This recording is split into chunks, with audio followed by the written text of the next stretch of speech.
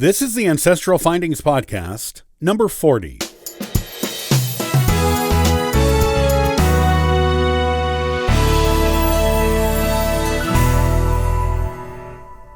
If you're looking for military service records for anyone who served in the U.S. Army or Air Force between 1912 and 1964, you may have a difficult time. Their record may or may not still exist. That is because those military records were stored at the National Personnel Records Center in St. Louis, Missouri, and the floor on which they were stored suffered a devastating fire on July 12, 1973. Those firefighters arrived to battle the blaze only 4 minutes after it was reported. They faced numerous problems in putting it out.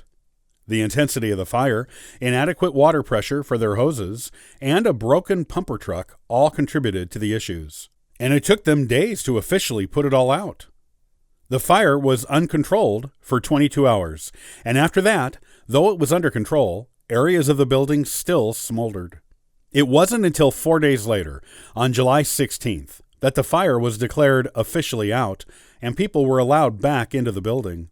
By this time, a lot of damage had been done, not only to the building, but to the millions of records that were stored there.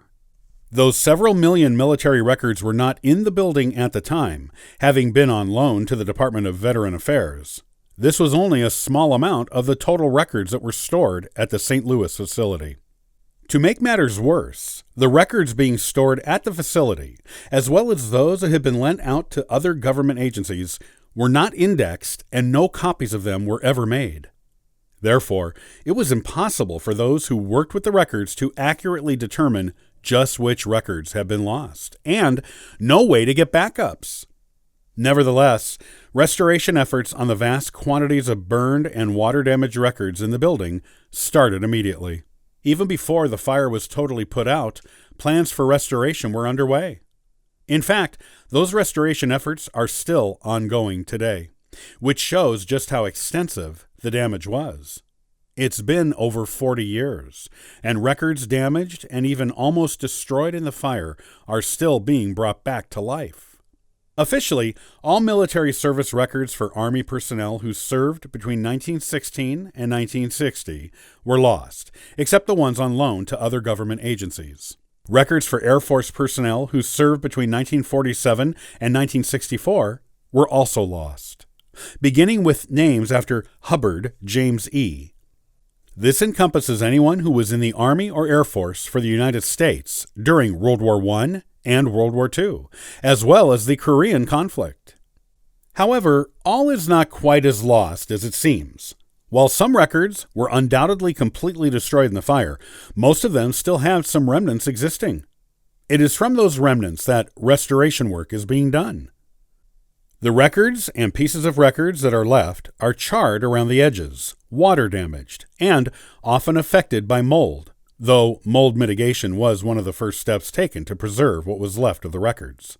Some records are little more than ash, but as technology increases in the restoration field, it is being discovered that information can even be gleaned from these previously unreadable pieces of paper.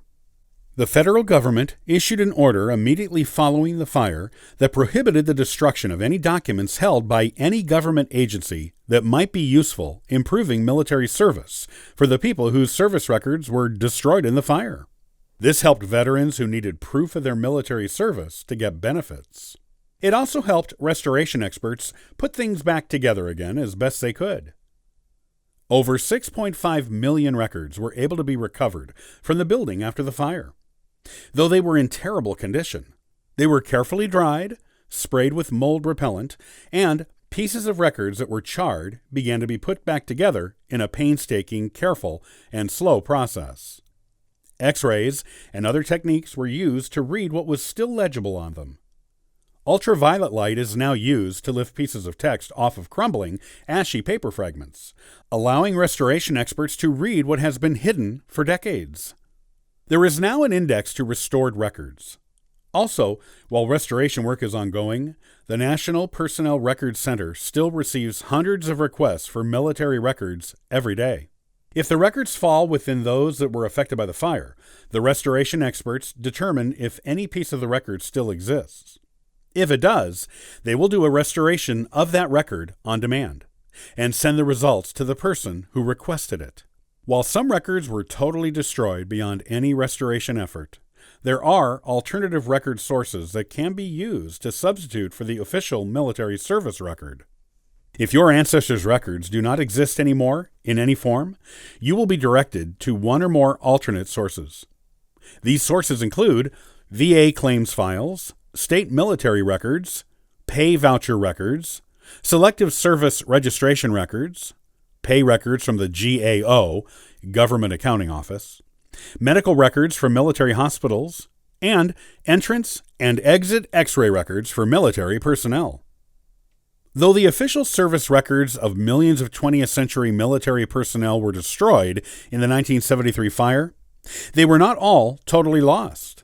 Your ancestors' record may be among the ones lent to other government agencies, one that was not destroyed, such as the A through H Air Force records, or may have already been restored. If it hasn't been restored, it may be among those that can be restored. If it was completely destroyed by the fire, you still have plenty of alternate sources you can use to put together the record of your ancestors' military service for your genealogical records and family history research.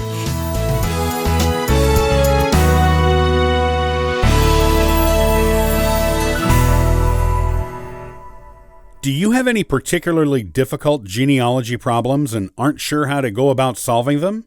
In the next AncestralFindings.com podcast, I'll share some tips to get you over that brick wall.